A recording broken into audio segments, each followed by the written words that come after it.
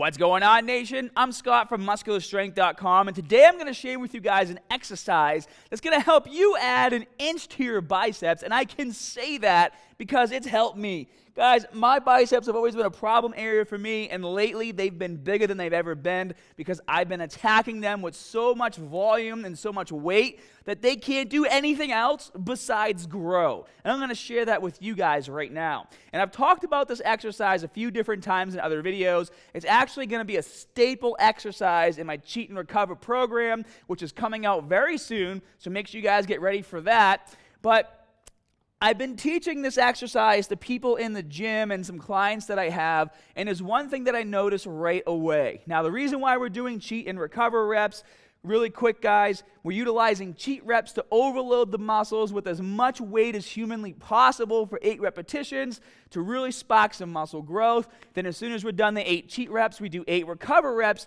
to fuse more volume into the set for those of you guys who are like me and you can't build muscle unless you have a lot of volume in your workouts.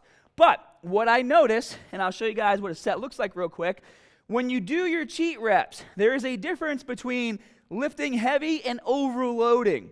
Lifting heavy means that you're struggling with the weight throughout all your repetitions. Usually when you're doing reps that involve a concentric and eccentric portion, we're skipping the concentric portion, just focusing on the eccentric or the negative.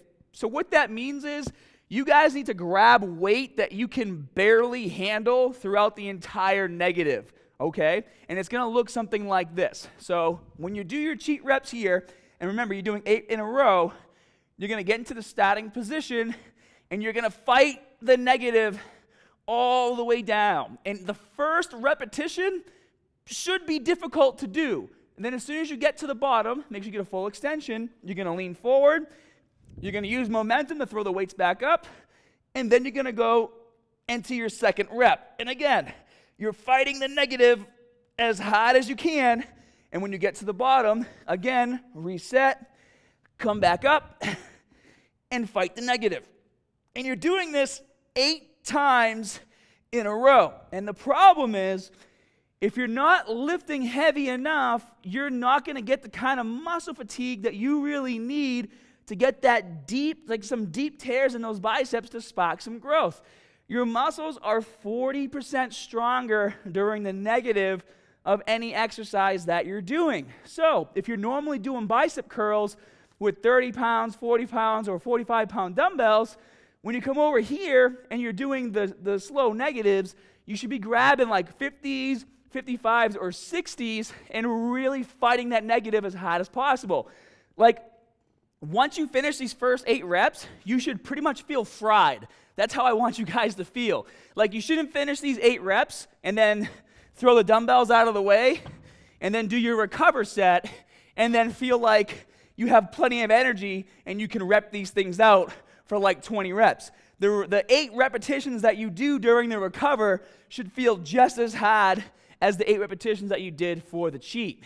And also, guys, for those of you who have seen my video where I talk about how to build bigger biceps for skinny guys or hard gainers, in that video, I talk a lot about trying to build more mind-muscle connection. For those of you guys who have poor mind-muscle connection, you don't really feel the muscles activating during any lift that you do, especially bicep curls.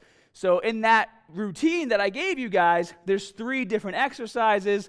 The first 2 work on the stretch and the flex, would help with your mind-muscle connection, and then we go over to this exercise for the overload. Now, once you're able to establish that strong mind-muscle connection you need, we can actually take your workout one step further, and instead of doing 3 or 4 exercises per body part, I want you guys to pick one exercise, this one, utilizing the cheat and recover technique, and instead of just doing 3 sets and moving on, I want you to do just this exercise for 10 sets and make that your bicep portion of your workout. That's it, just one exercise. And this is the reason. When you do an exercise, and you guys can attest to this, usually the first and second set is kind of like getting in the groove of lifting that weight. Like, you're pushing yourself, but your body's still kind of warming up. You're waking up your central nervous system. And by the time you get to that third set, that's when you really start to feel it, and you start to feel really powerful. But then you finish your third set, and you move on. Now just imagine how much more growth and how much more potential for lifting heavy you would have if you continue to train your biceps in that same plane of motion and they become more efficient at that movement, which will allow them to lift more weight to help you progress even more and overload even more. And to be honest with you guys, that's why I really started seeing growth in my biceps, because instead of bouncing around to too many exercises, I'm just sticking to this and I'm crushing it. And I'm absolutely loving the results. And I know you guys will too. So if you're excited to give this a shot, be sure to smash that like button and subscribe if you haven't already. Again, guys, Cheat and Recover program is right around the corner, along with my MuscularStrength.com app, which will be for iPhone and Android. So get ready. So if you haven't yet, turn on video notifications so you never miss a new video upload from me. And as always, guys, more good stuff coming soon. See ya.